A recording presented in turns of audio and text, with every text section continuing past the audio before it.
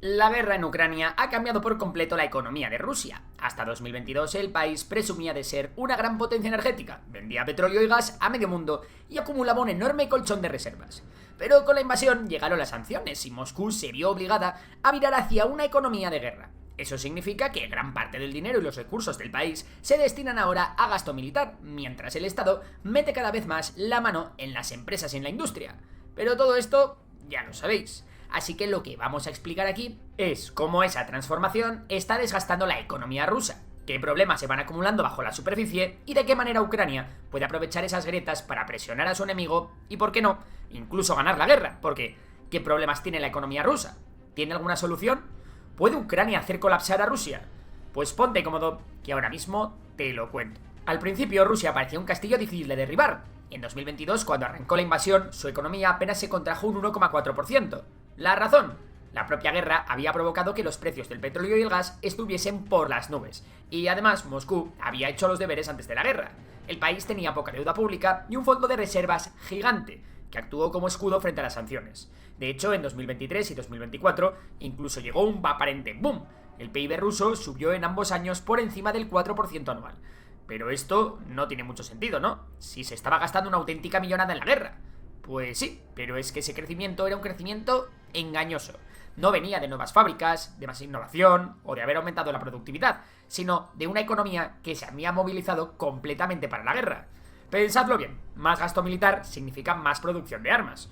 Una industria bien alimentada por la construcción de aviones, tanques, cañones y demás parafernalia.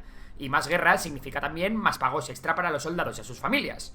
Vamos, una burbuja alimentada por la pólvora. De los problemas que tiene de fondo la economía rusa ya os habíamos avisado en el canal en años anteriores, pero es que en 2025 el espejismo se ha empezado a disipar. Y si no quieres que tu economía descarrile y te pase como a Rusia, ya es hora de que te empieces a preocupar por tus finanzas personales. Y el primer paso es protegerte de la inflación, para que tus ahorros no pierdan valor. ¿Y cómo puedes hacer eso? Pues con Besto, una app de inversión española, sencilla de usar y regulada, que además apadrina el canal. Y es que Besto ha lanzado su cuenta remunerada. Y tranquilo, que no hay que ser una eminencia ni tener grandes conocimientos financieros. El mecanismo es sencillo. Depositas tu dinero y automáticamente obtienes un 3,75% anual en dólares. Ese interés se acumula a diaria y lo recibes cada mes en tu cuenta. Además, no necesitas ser millonario para arrancar. Con apenas 5 euros ya puedes empezar y el límite máximo llega hasta los 200.000 euros. El dinero está disponible siempre que lo necesites, aunque las transferencias suelen tardar entre 2 y 3 días laborales. Además, con Besto puedes invertir en acciones reales de las mejores empresas del mundo, e incluso en la colección de empresas que hemos construido en colaboración con la propia comunidad de Memorias, y la cual lleva una rentabilidad espectacular en sus 3 meses de vida. Si la quieres conocer, te dejo el link en la descripción y en el primer comentario fijado. Continuamos analizando cómo le van las cosas a Rusia. El Kremlin está convirtiendo a la economía rusa en una economía de guerra. Una invasión como la de Rusia a Ucrania es carísima, porque no solo implica el coste directo de mantener un ejército en marcha con sus armas, su munición, su combustible, sus salarios de soldados, sus compensaciones a familiares, etc., sino que también implica un desgaste económico brutal a largo plazo, porque lo que se gasta en defensa tiene un coste de oportunidad, es decir, que lo que se gasta en defensa no se gasta en otras cosas que el país necesita, como infraestructuras, sectores estratégicos, educación, etc. Y es que Rusia tiene que destinar el 40% de todo su presupuesto federal a defensa y seguridad. Hablamos de más de 170.000 millones de dólares, o lo que es lo mismo, cerca de un 8% de su PIB. De hecho, para financiar la guerra, el gobierno ha tenido que hacer grandes recortes en servicios públicos, e incluso subir los impuestos, como aumentar el IVA del 20 al 22%, aumentar los impuestos a las empresas o a las grandes fortunas.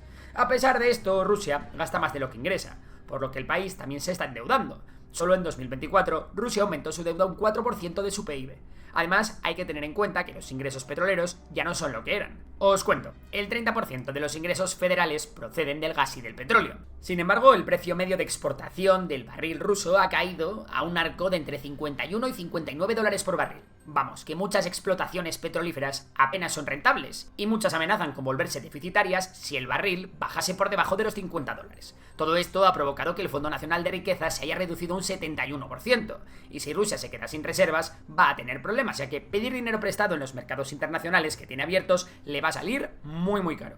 Además, Rusia está metiendo la zarpa del Estado cada vez más en su economía para ponerla al servicio de la guerra. No han expropiado todas las empresas, pero se han tomado medidas que en la práctica las obligan a trabajar como si fueran una extensión del Kremlin. Por ejemplo, grandes compañías privadas deben cumplir cuotas de producción militar. Sectores estratégicos como la energía o la metalurgia están vigilados y coordinados desde arriba. ¿Y a las multinacionales que se marcharon? Pues sus fábricas y activos fueron transferidos a empresarios afines al poder. Es decir, no es una nacionalización clásica estilo soviética, pero sí una militarización de la economía.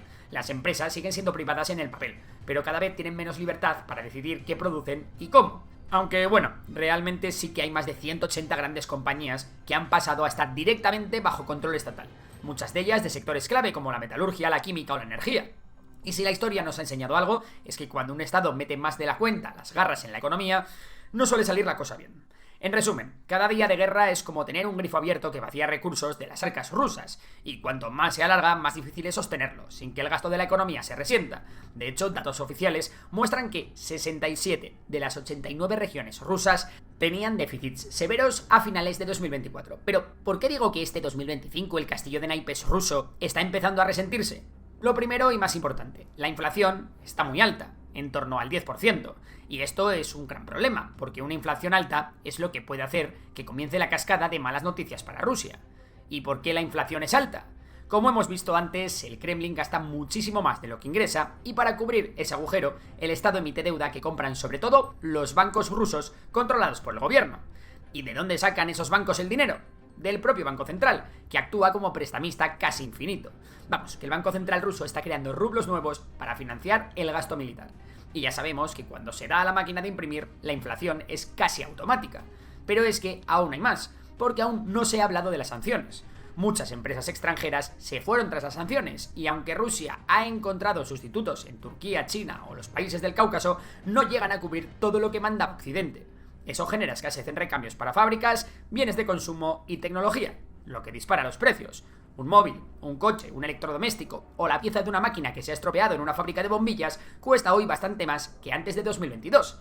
Además, desde el inicio de la guerra, cientos de miles de rusos jóvenes y cualificados han emigrado, y muchos están en el frente. El resultado es que hay menos mano de obra, por lo que las empresas pagan más para retener empleados, y esos mayores costes se trasladan a los precios. De hecho, se calcula que faltan entre 1,6 y 2 millones de trabajadores, incluidos 600.000 ingenieros. Y por último tenemos el tema de Ucrania, y es que los ataques ucranianos contra refinerías, oleoductos y depósitos de combustible en Rusia han reducido la capacidad de producción y transporte. Eso encarece la gasolina dentro del propio país, y la gasolina cara arrastra el precio de todo lo demás, como los alimentos, el transporte y la cadena logística de cualquier producto. Vamos, que mientras siga la guerra, el tema de la inflación va a ser difícil que mejore por sí solo. De hecho, es muy probable que vaya peor, ya que los ataques de Ucrania cada vez son más importantes en número, tienen una mayor precisión y un mayor rango. Estados Unidos podría mandar además misiles Tomahawk a Ucrania, y los drones y misiles ucranianos de fabricación nacional cada vez son mejores y más numerosos. Especialmente importante está siendo la campaña contra las refinerías rusas que está llevando Ucrania a cabo. Al obligar a Rusia a exportar crudo sin refinar, Ucrania hace que otros países, sobre todo China, se queden con el margen de refinado, lo que también recorta los ingresos del Kremlin. Vale, ya hemos visto que Rusia gasta más de lo que ingresa, que sus reservas estratégicas se agotan, que cada vez tiene que endeudarse más, y acabamos de ver por qué la inflación es tan alta en Rusia. Y es precisamente lo que hace el Banco Central ruso, luchar contra la inflación subiendo los tipos de interés hasta un dramático 21%. Ojo, 21%, esto es una locura. En Estados Unidos todo el mundo pronosticaba una recesión porque la Reserva Federal lo subió al 5%. Y aquí están 4 veces más altos. Resultado, los créditos se han encarecido, y tanto empresas como familias apenas piden préstamos para comprar casas, para invertir en nuevas fábricas o en nueva maquinaria. Y es que en este año, con mala rima, el crecimiento se frenó en seco. En el segundo trimestre el crecimiento del PIB apenas llegaba ya al 1,1%, y el propio gobierno tuvo que admitir que la previsión anual caería por debajo del 1%. Algunos informes van más allá y hablan de crecimientos casi nulos, o incluso de una contracción si las condiciones empeoran.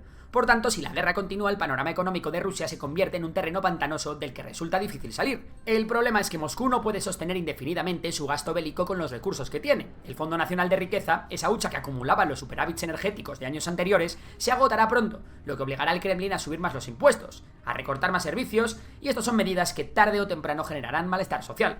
De hecho, el discurso oficial de todo va bien empieza a sonar un poco hueco cuando los ciudadanos se topan con hospitales cada vez con menos fondos, escuelas deterioradas y un coste de vida cada vez más alto. A la vez, Rusia se convierte cada vez más en un proveedor cautivo de sus socios asiáticos. Con Europa cerrada por sanciones, la mayoría de la energía rusa fluye hacia China, India y Turquía. Esa dependencia, lejos de fortalecer su posición, la debilita. Moscú se convierte en un vendedor con poca capacidad de negociación, obligado a ofrecer descuentos para que sus clientes sigan comprando. En términos geopolíticos, es pasar de ser una potencia energética a convertirse en un estado dependiente. Y cuando la guerra acabe y el gasto militar se reduzca, pues ahí Rusia se encontrará con un panorama complicado que puede sonar paradójico. El propio motor que ha mantenido artificialmente viva su economía dejará de funcionar. Si de repente se corta ese flujo, aparecerán 3 problemas inmediatos. El primero será un vacío productivo. Cientos de fábricas que hoy fabrican proyectiles o vehículos blindados tendrán que reconvertirse en algo distinto. Y no está claro en qué ni con qué tecnología. El segundo problema será el desempleo. Miles de personas contratadas para el esfuerzo bélico pueden quedarse sin trabajo, justo cuando el Estado tenga menos recursos para pagar subsidios. Y el tercero, quizá más grave, será el déficit fiscal. Los presupuestos actuales están inflados por el gasto militar, y sostener esa escala de gasto en tiempos de paz es imposible. Al recortarlo, el PIB caerá, y la recaudación también, dejando un agujero difícil de tapar. A eso se suman los daños acumulados. La economía civil ha sido abandonada durante años, sin inversión extranjera, con una fuga masiva de talento y con un tejido empresarial cada vez más dependiente del Estado. Reconstruir esa parte requeriría apertura, innovación y capital exterior, pero el Kremlin ha quemado muchos puentes con sanciones, aislamiento y políticas autoritarias que espantan a cualquier inversor serio. Vamos, que la situación para Rusia está complicada y más tarde o más temprano pagará la factura de lo que ha hecho. Y claro, en Ucrania no son tontos y saben perfectamente que su gran baza es atacar a las finanzas rusas, mientras la situación de Ucrania es peor, pero Kiev tiene el apoyo financiero de la Unión Europea y de Estados Unidos, algo que le permite mantener su esfuerzo bélico contra Rusia. Y está por ver hasta qué punto China es capaz de ayudar a su aliado ruso. Y ahora que sabes todo esto, es tu turno. ¿Será Rusia capaz de aguantar? ¿Podrá Ucrania hacer que la economía rusa colapse? Nos vemos en los comentarios.